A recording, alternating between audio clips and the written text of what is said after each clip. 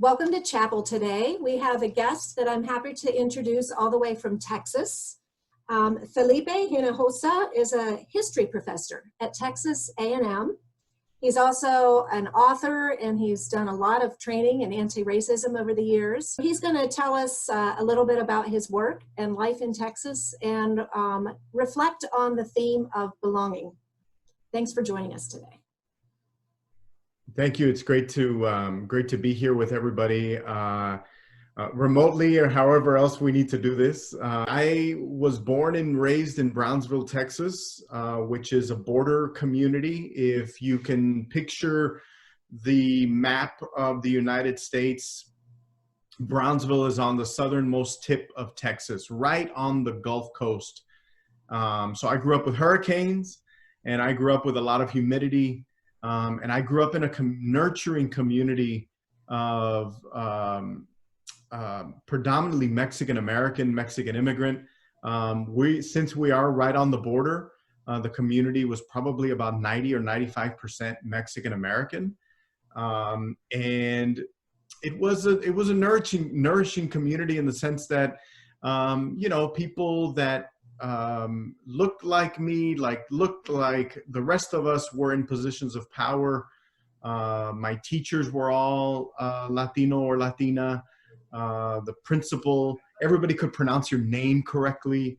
All of those things were important as we grew up in life. I grew up in a Mennonite church, predominantly Mexican-American, working class Mennonite church. And my dad was a pastor for all of my life. And, I suppose that all of those stereotypes of what pastors' kids are like are probably true with me.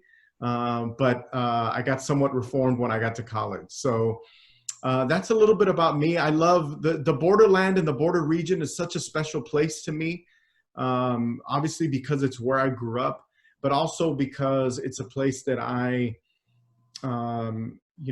believe raised me with the values of respect, mutual respect, and to live a life of dignity. And I think in these days, when everything we hear about the border, or the things that we hear about the border, tend to be very negative, tend to sort of pitch the border as a very violent and drug-infested area overrun by immigrants.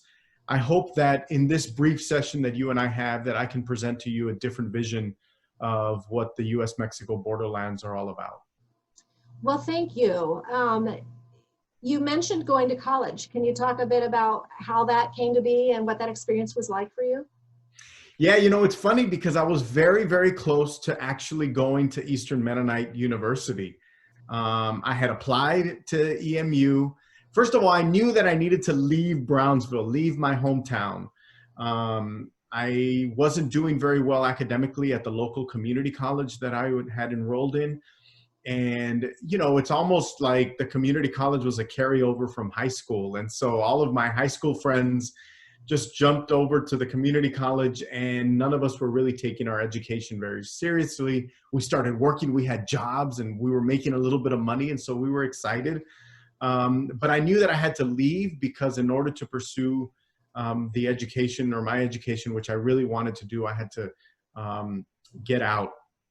My grades weren't very good, so EMU accepted me on probation. They said, you can come here, but you've got to get your GPA, you've got to maintain it. And I was very excited about that possibility.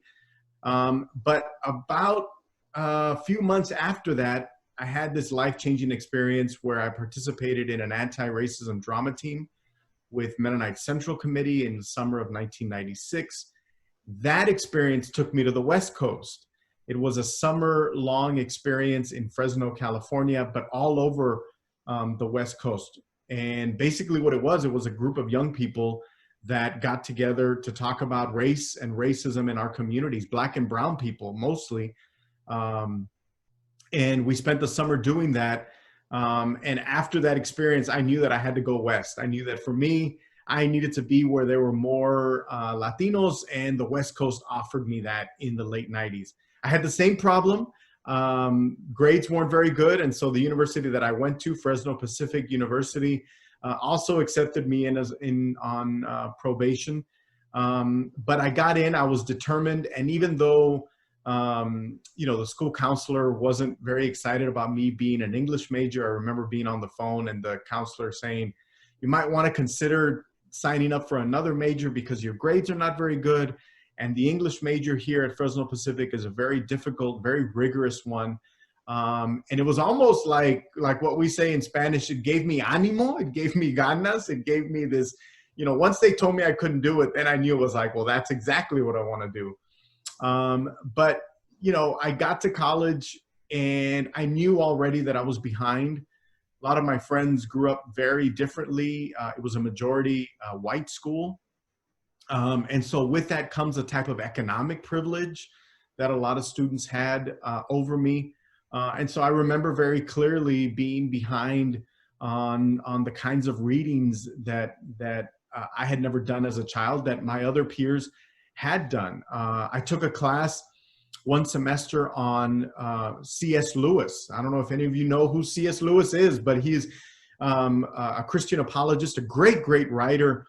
And everybody had read the works of C.S. Lewis, or at least the famous Lion, Witch, and the Wardrobe and that whole series.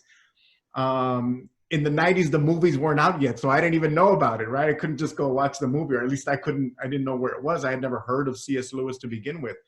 And so belonging it was really, really difficult to feel like I belonged to that place and to that university. What really mattered for me when I got to Fresno Pacific was to find other students of color that were also struggling with issues of belonging, and white students that were coming from lower socioeconomic status, and to form community with them, sort of a band of outsiders, right? Trying to sort of figure out where it is that we belonged. And that saved me, along with professors and staff people that care deeply about my education. One thing that I want to encourage everybody, and especially as we go into this election season, this is a really important time in the history of our country.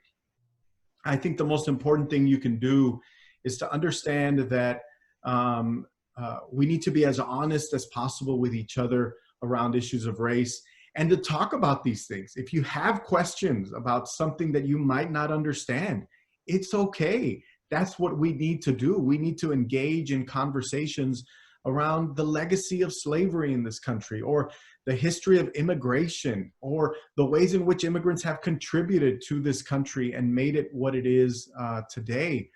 The work that people have done to build up the country and to build up the nation. And much of it has come from people of faith that have taken their beliefs and put them into practice.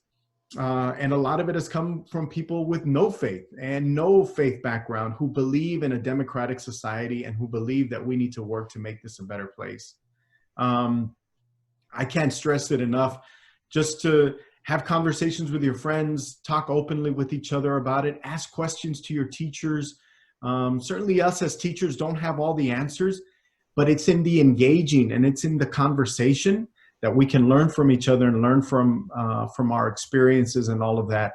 And I think this is such an important time to be doing that. So don't be shy, take a risk, have these conversations, and be good to each other. Be respectful of each other's differences. I think that's really important as you move through life and as you sort of figure out where it is that you're gonna go. One last thing that I will say is that as you're doing this, as you're learning and projecting and trying to understand everything that's going on in the world, learn about yourself as well. Ask questions to your parents, to your grandparents. Where do we come from? What did my grandparents do for a living? What did my great-grandparents do for a living?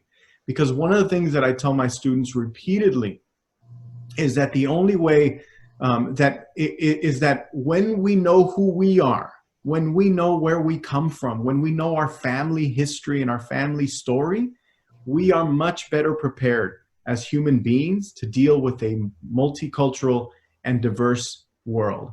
So get to know yourself, your story, who your people are. You'll be much better prepared to deal with the world that's out there, different languages, different peoples, skin tones, cultures, all of that. But it starts with you. Get to know who you are first and take it from there. gotten it. So thank you so much. What a privilege to have you as a guest, and best wishes to your two teens who are studying in the house somewhere else right now as we talk. Yeah, they're around here. Okay. Great. Well, we really appreciate this, and maybe we'll get to connect more in the future. So Sounds great. Absolutely.